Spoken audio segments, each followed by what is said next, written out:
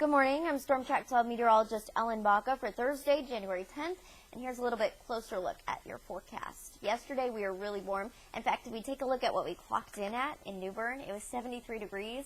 That's 19 degrees above average. Usually this time of year we're sitting around 54. Warm trends like this aren't very uncommon in Eastern Carolina. We tend to get them every January.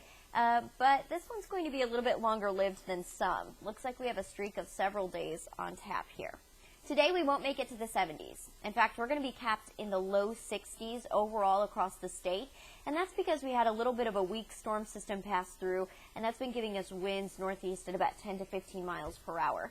If we look at the speeds right now at about 9 a.m., you'll notice that they've already ramped up this morning. Kinston 6 miles per hour, New Bern 7, Morehead City steady winds at 10 miles per hour, all of these out of the northeast. And if you think about where this wind is coming from, it's coming right off of that very cold ocean water. So our ocean temperatures, if you look at the top of this slide here, are sitting right around that 50-degree mark. And so some of the air that's being pushed on shore here is going to be a little bit cooler. And that means that our temperatures today are definitely not going to be able to make it up to the 70s like they have in the past couple of days. We take a live look outside, though. It's still very nice. We'll have a nice mix of sun and clouds today. Those clouds coming in from the west rather than the east. And overall, they're going to be stratus, those flat clouds there. So we're not really worried too much about any rain today. In fact, if we look at your satellite radar, you can see those clouds forming, dissipating, starting to fall apart there, giving us some nice peaks of sunshine. That's going to be the case all day today, where we have periods of cloud cover and then also periods of sunshine. All of this is kind of being brought up by one storm system in particular. There's a fairly strong low-pressure system centered over Texas. If you look really closely at this satellite in radar image, you'll notice that there's a swirl that kind of goes up from Texas into Oklahoma area, and that's where that low-pressure storm center is. That big line of heavy showers and thunderstorms has caused a lot of flooding problems for Texas and for a lot of Louisiana. There's been flash flood warnings all day, a couple of tornado warnings issued.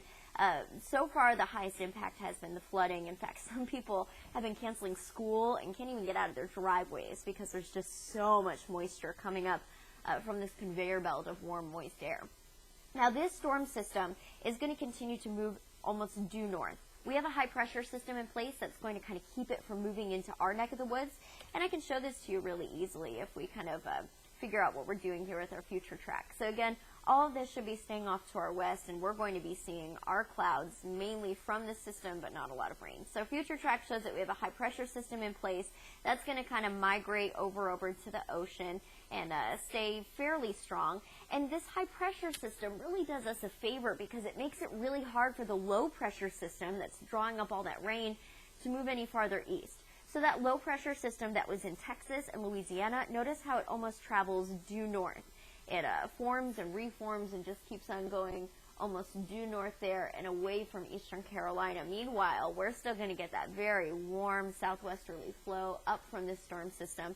So Friday, as we get from 8 a.m. to 8 p.m., we're going to watch our temperatures jump once more with a little bit of cloud cover.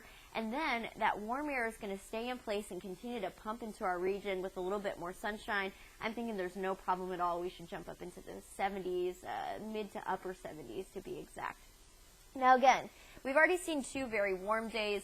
We've got another 60-day today, tomorrow, and then a streak of 70s before some more 60s tag along. But this isn't the end of winter. We have much colder air. It looks like it should be able to move in as we get a couple of weeks out here. So that's what we will be keeping our eye on. In the meantime, if you like the warm weather, be sure to enjoy the warmth. And thanks for joining us here. Be sure to keep on checking in for updates on your forecast.